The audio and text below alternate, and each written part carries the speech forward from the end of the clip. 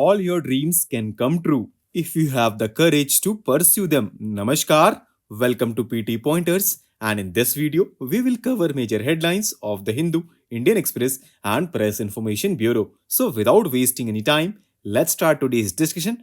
And our first headline is related to electoral bond scheme, which was recently struck down by Supreme Court, and Supreme Court held that it violates the right to information under Article 19 of the Constitution. The court also directed the State Bank of India to immediately stop the issuance of electoral bonds. And do you know, friends, State Bank of India is the only bank authorized to sell electoral bonds. Now let's know more about electoral bonds. So friends, they are bearer instruments in the nature of a promissory note and an interest-free banking instrument. The scheme was notified in 2018 as an alternative to cash donations made to the political parties to bring transparency in political funding. They can be purchased by any citizen of India or the entity incorporated or established in the country. Our next headline is related to European Free Trade Association, and it is in the news because recently India has rejected the demand for data exclusivity provision in the Free Trade Pact with the European Free Trade Association bloc. Data exclusivity protects the clinical trial data of a pharmaceutical company for a particular drug.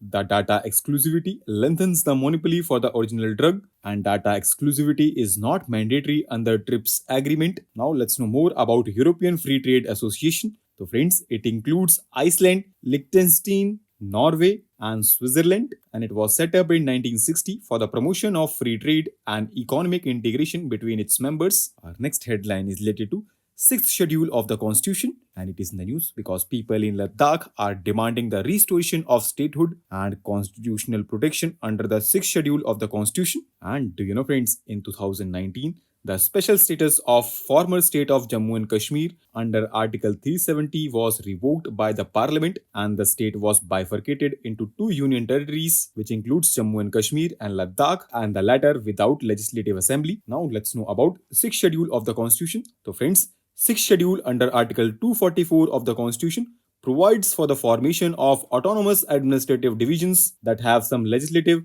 judicial and administrative autonomy within a state, and this schedule applies to northeastern states of Assam, Meghalaya, Mizoram and Tripura. Our next headline is related to Schengen area, and it is in the news because recently Kosovo secured visa-free access to Schengen area, which guarantees free movement to more than 425 million European Union citizens along with non-European Union nationals living in the European Union or visiting European Union as tourists, exchange students or for business purposes. This free movement of persons enables every European citizen to travel, work and live in an European Union country without special formalities. It encompasses most European Union countries except for Cyprus and Ireland. This zone is named after Schengen, which is the tiny Luxembourg village bordering France and Germany. And do you know, friends, it is the world's largest zone of free movement. Our next headline is related to Jardiance, which is a new drug to treat chronic kidney disease, and it was recently approved by Central Drugs Standard Control Organization. Our next headline is related to endometriosis,